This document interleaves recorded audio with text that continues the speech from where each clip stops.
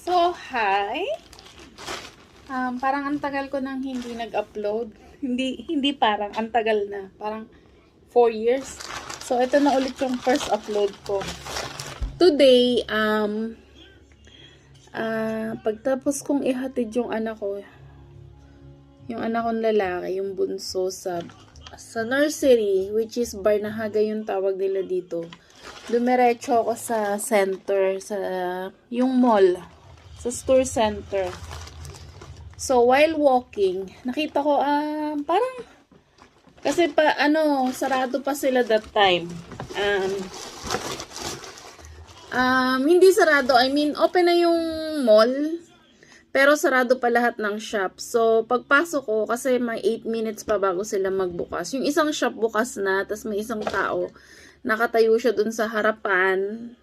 Namimigay siya ng isang maliit na ganon, papel.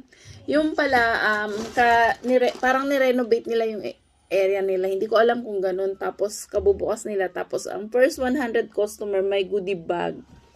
So, kahit wala akong bibilin, kasi may goodie bag, kumuha ako ng papel. Binigyan ako ng papel. Tapos, bumili lang ako ng kandila. Tapos, ito yung goodie bag. Open natin. Hindi ko pa siya tinitignan. So, tingnan natin kung anong laman ng goodie bag. Ito yung pangalan ng shop. Yarnia. So, ang laman niya is blender. Blend as you go. Ang ganda. Nakita ko yung price nito dun kanina. Siguro, kasi naisip ko bumili nito. Pero sabi ko, wag na lang. Wala akong pera. Nakita ko sa mga 200 plus. Tapos ito, cute. Yung panggano na ng mga ingredient. Meron pa.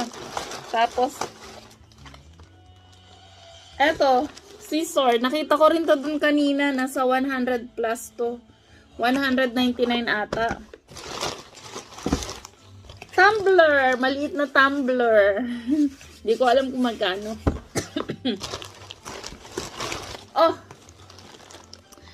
Smoke. Smoke alarm. Yung smoke alarm namin dito wala ng battery. Papalit ko to.